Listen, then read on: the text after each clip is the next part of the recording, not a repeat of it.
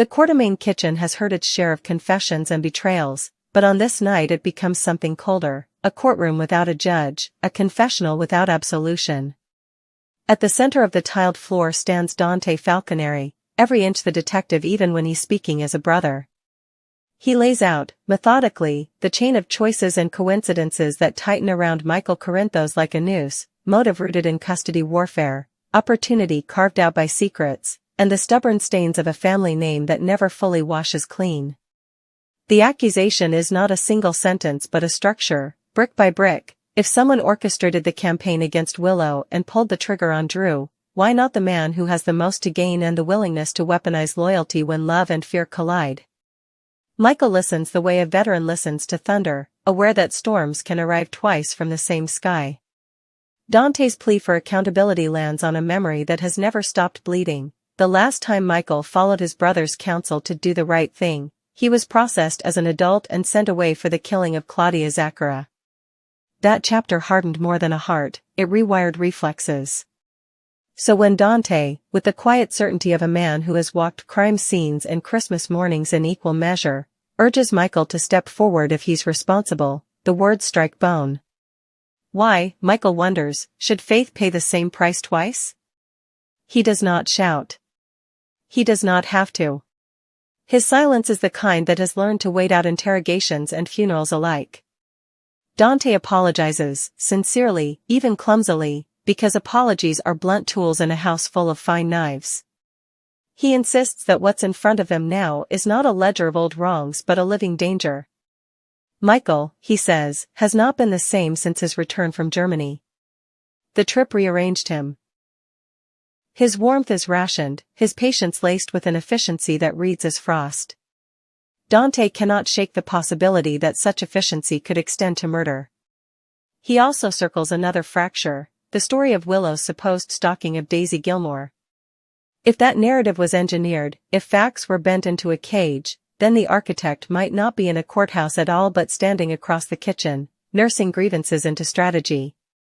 It is the mention of children that finally stirs coals into flame. Losing daily time with his youngest daughter has been a punishment that never ends, and Michael wears that grief like a permanent fever. He admits an error that still tastes like ash, that allowing Willow to adopt Wiley was a miscalculation born of temporary peace, an arrangement drafted in the soft light of what if we all try. But peace has conditions, and once those conditions were violated, every concession became a scar. Dante tries to counter with reason, shared custody plans, legal remedies, the long game, but reason loses ground when you are counting nights by the absence of a bedtime voice. Grief is a poor advocate and an excellent hammer. What neither brother sees are the shadows beyond the doorway. Lucy and Lulu, caught by the gravity of raised voices, linger where the hall meets the threshold, witnesses to a family implosion neither of them intended to watch. Their eyes meet briefly in a pact of uneasy secrecy. Information in Port Charles is currency, but some truths burn the purse that holds them. From their vantage point, they hear enough to understand that this is not gossip, this is a fuse.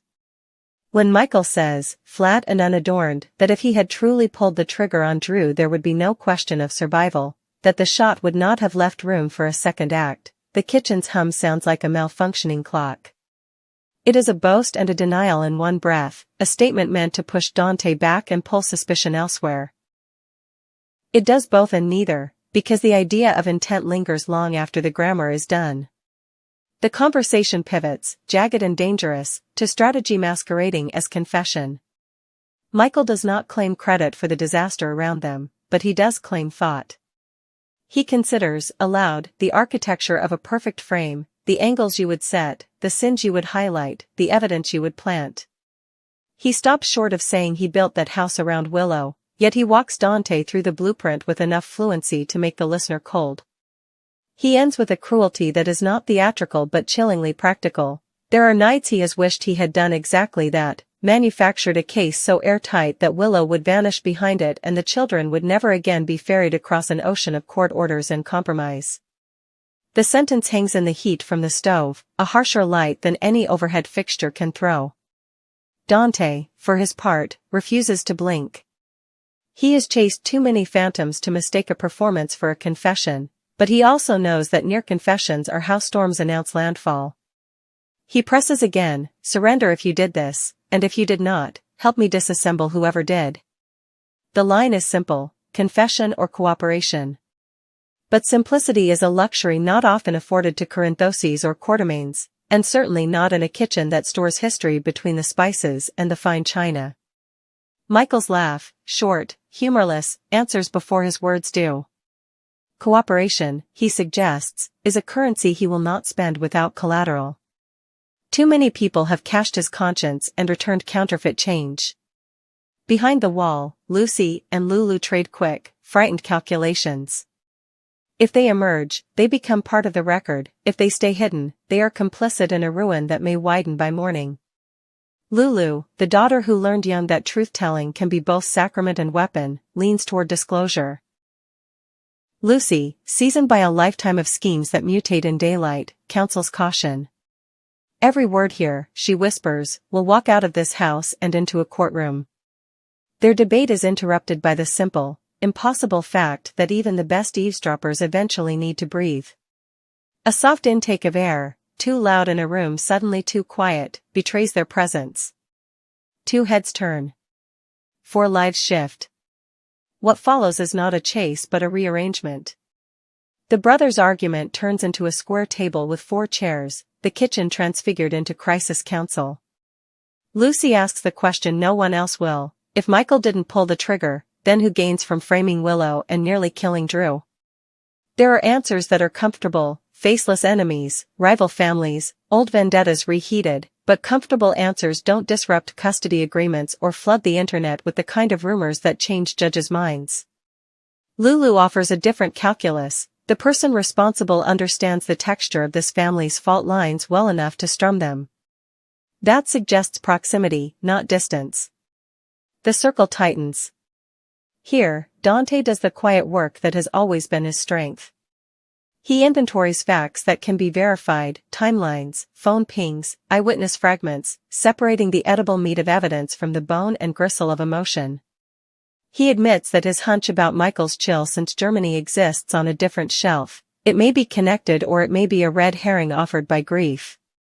He acknowledges the possibility that Willow's supposed pursuit of Daisy was misreported or manipulated, and he resolves to test that narrative at its seams: hospital logs, building cameras, the unglamorous paperwork that lies.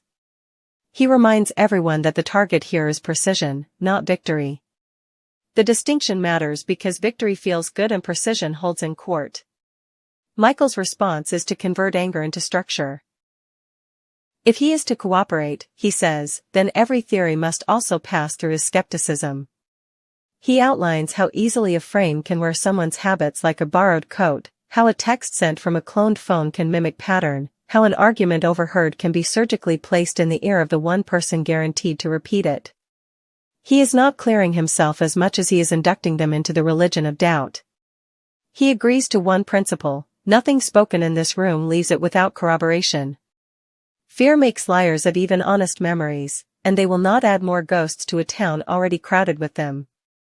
By the time the house settles and the refrigerator's motor reasserts its steady thrum, a plan exists.